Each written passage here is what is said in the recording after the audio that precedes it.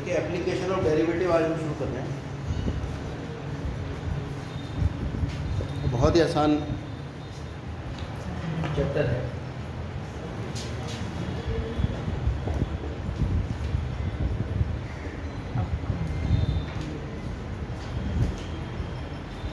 तो एक बार फिर से डेरिवेटिव आपको बता देते हैं। डेरिवेटिव होता क्या है कि अगर कोई फंक्शन है f(x) और उस फंक्शन में वो y के बराबर है, और अगर फंक्शन में हम x के मान में कोई परिवर्तन कर दें x प्लस डेल्टा x, तो निश्चित तौर से y के मान में भी कोई ना कोई परिवर्तन होगा। ये अलग बात है वो परिवर्तन धनात्मक होगा या परिवर्तन ऋणात्मक होगा, लेकिन परिवर्तन होगा। परिवर्तन को हम डेल्टा से लिखते हैं, वो धनात्मक भी हो सकता है और वो ऋणात्मक भी। अगर y बराबर f(x) था और f(x) प्लस डेल्टा x निकाल रहे हैं तो y में भी कुछ ना कुछ परिवर्तन हो जाएगा। डेल्टा चाहे ये वाला बना लो चाहे ये वाला बना लो, ठीक है। अगर हम इन दोनों को घटा दें तो हम देख रहे हैं y प्लस डेल्टा y में से अगर y घटा दें तो x प्लस डेल्टा x में से f(x) घट जाएगा, कोई दिक्कत नहीं। और ये आ जाएगा डेल्टा y बराबर f(x) plus delta x minus f(x). और दोनों तरफ अगर हम डेल्टा x से दोनों को भाग करते हैं, यानी y के मान में परिवर्तन को हमने भाग कर दिया x के मान में परिवर्तन से, है ना। और हमने ये निश्चित कर दिया कि जो परिवर्तन डेल्टा x के मान में हो रहा है वो फिर बहुत ही छोटा परिवर्तन है, 0 के आसपास। तो delta y upon delta x, और यहाँ भी delta x tends to 0, f(x) plus delta x minus f(x) divide by delta. त्रुटि फिजिक्स में पढ़ी होगी तो हो सकता है आपने इसके बारे में थोड़ा पढ़ के लिया। तो ये जो होता है x के मान में परिवर्तन, जब x के y के मान में परिवर्तन के सापेक्ष हमने x के मान में परिवर्तन के सापेक्ष y के मान के परिवर्तन में मध्यम कर रहे हैं, जबकि x के मान के परिवर्तन में बहुत ही छोटा है, बहुत ही स्मॉल है, टेंड टू 0 है। तो ये डेरिवेटिव बन जाता है, ये बन जाता है d dx ऑफ, ये जो है डेल्टा y और डेल्टा x।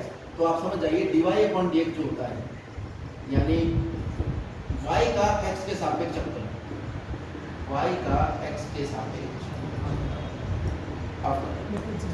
इसको हम शॉर्ट में ऐसे लिखते हैं, differentiation of y with respect to x, जिसको शॉर्ट में हम ऐसे लिखते हैं, ठीक है। इसे हम कह सकते हैं derivative of y with respect to x। ये जो बना इसको हम कह सकते हैं derivative of y with respect to. कोई समस्या? तो ये जो dy अपॉन dx होता है, ये होता है लिमिट x के मान में बहुत छोटा सा, मतलब 0 के बराबर ये परिवर्तन, और हम अध्ययन करेंगे delta y upon dx delta x की। इसीलिए हम परिभाषा से सीधे कह देते हैं dy अपॉन dx बराबर h टेंस टू 0। अब आपको समझ में आ गया होगा, x plus h minus f(x) divide. याद है जी सर? इसी का ध्यान रखते हुए कि y के मान में परिवर्तन का अध्ययन करना है जब x के मान में परिवर्तन बहुत ही छोटा है।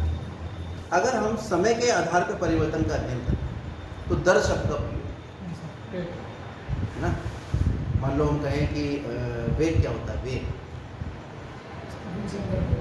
क्या होता है, दूरी बटा या डिस्प्लेसमेंट बटा समय, डिस्प्लेसमेंट बटा समय, विस्थापन बटे समय कह सकते हैं। तो अगर मैं दूरी को या विस्थापन को s से लिख रहा हूँ, समय को t से लिख रहा हूँ, ठीक है, और मैं कहूँ विस्थापन परिवर्तन की दर, तो आप समझ जाएंगे विस्थापन परिवर्तन यानी डेल्टा s की दर। दर का मतलब है हम इसे समय के आधार पर, समय के सापेक्षता में देख रहे हैं। और अगर ये समय बहुत ही छोटा है, 15 सेकंड, 18 सेकंड, तो ये बन जाता है, ठीक है। इसका अध्ययन आप कर चुके, मुझे बताने की आवश्यकता है। सवाल दे, प्रश्नावली 6 पॉइंट।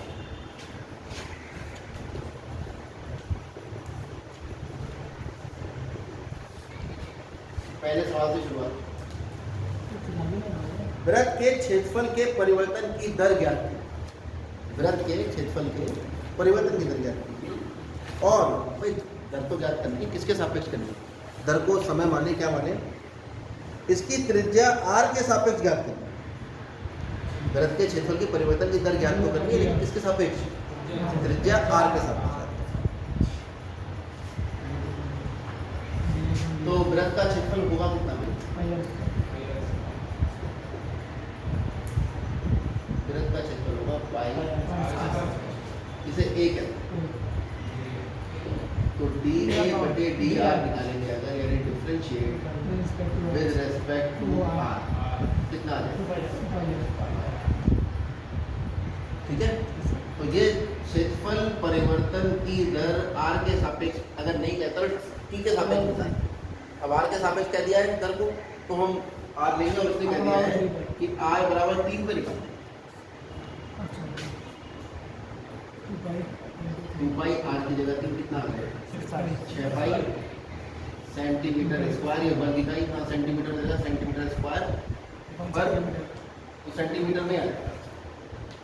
तो जिसका मात्रा भी सेंटीमीटर स्क्वायर, इसका भी सेंटीमीटर, तो सेंटीमीटर में आएगा। ठीक है। दूसरे में 4 कह रहा है, तो यहाँ पे आर का मान कितना रखो? 4। यानी आर बराबर 3 पर क्षेत्रफल में परिवर्तन की दर की आर के साथ। तो पहले क्षेत्रफल परिवर्तन की दर निकालिए आर के साथ, और फिर वहाँ पे 3 कह रहा है तो आर बराबर 3, तो आर बराबर 3। अगला सवाल देखिए। एक घन का आयतन कितने सेंटीमीटर की दर से बढ़ रहा है?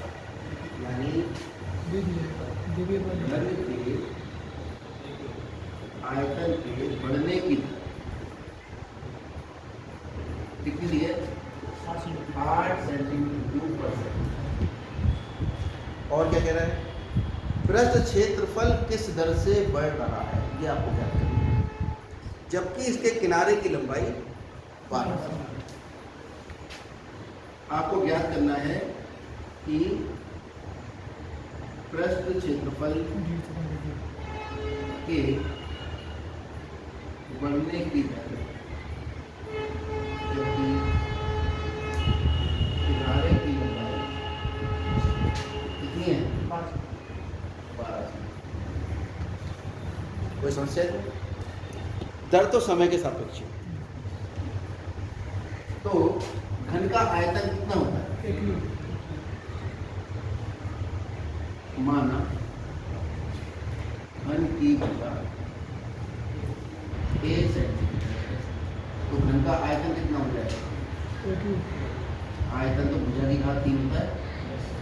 आयतन को v कह दो। कोई समस्या? Differentiate with respect to t, तो dt बटा dt कितना आएगा? इसे x कह देते हैं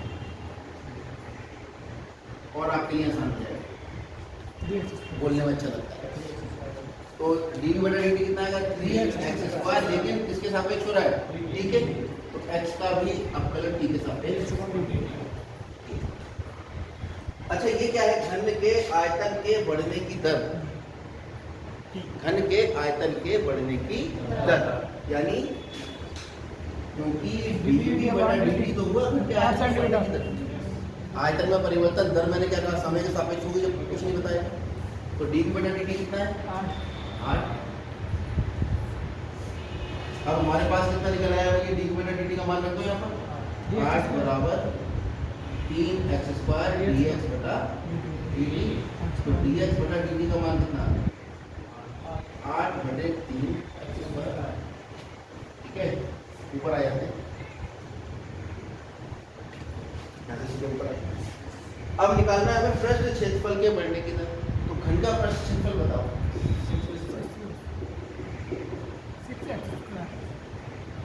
अब प्रश्न में उसने ये तो कहा नहीं कौन सा पृष्ठ है ना, तो फिर संपूर्ण ही मानना पड़ेगा।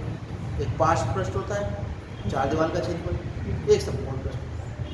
पार्श्व और संपूर्ण अगर नहीं कहेगा तो संपूर्ण ही मानकर चलते। तो घन का क्षेत्रफल हो गया 6 गुणा भुजा की घात।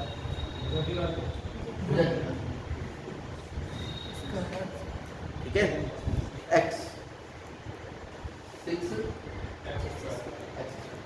इसे ए कह देते हैं।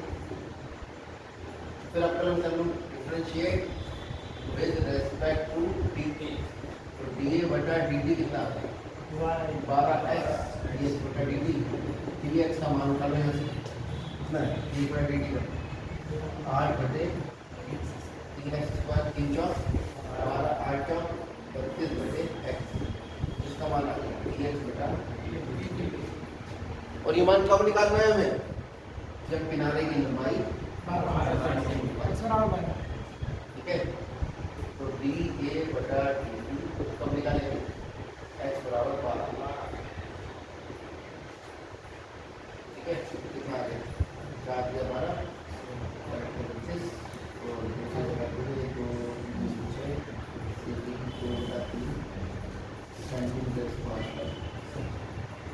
2.6 ठीक है, नोट करो।